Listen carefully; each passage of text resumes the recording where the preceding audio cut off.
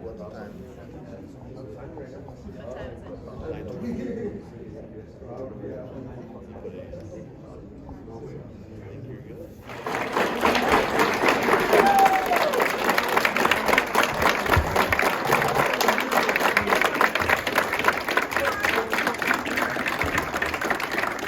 He has such a huge upside. That's what, since my first day here, you get a kid with that size and that speed, it's a rare combination. So his upside is, truly limitless.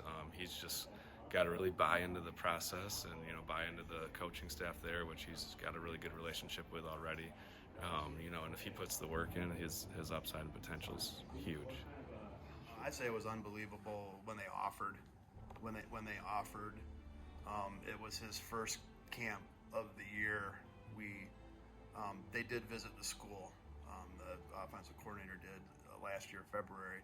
But to get an offer that quickly after the camp, and we knew he did really well. It was pretty obvious, but still didn't expect that. We were thinking basketball for years, and then Division II. I was thinking Grand Valley liked him the year before, but this was really, awesome. We did sports to help them, right? Sports are so amazing for teamwork and effort and discipline, and so we really were just trying to give them every chance that they could. And so I'm not really sure if we thought that they were doing any big sports other than just keeping out of trouble and being a good kid and seeing things. So I think that part has been amazing. I mean, Mark's a crazy sports guy, hands down.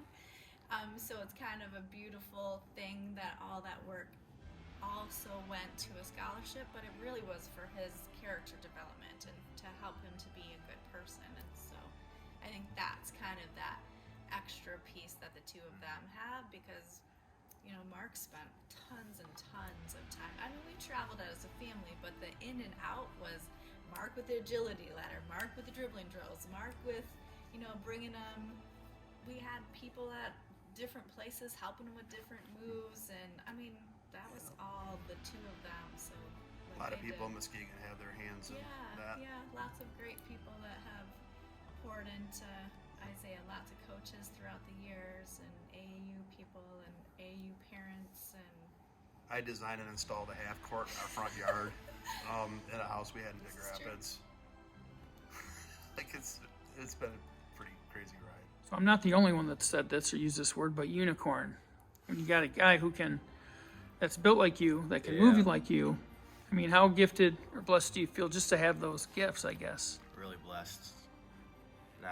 Being able to see and my friends and peers, and knowing that I have a lot of things that they wish for. So how do you think the road you've been on gets you prepared for that next level?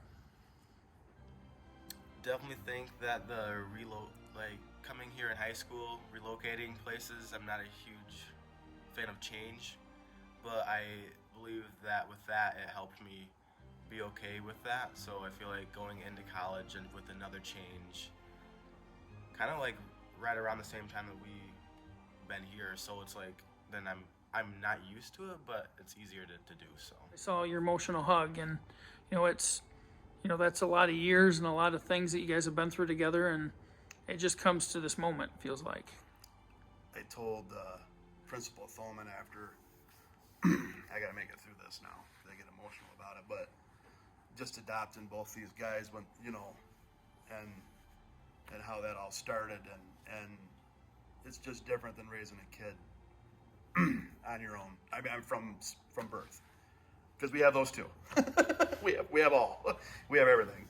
So to know where just he was, and if Jeremiah, God willing, if he signs somewhere too, it'll be the same way, just because they have pushed so hard in life to get to this point too, not just football or basketball, or like Belle said, it's the secondary.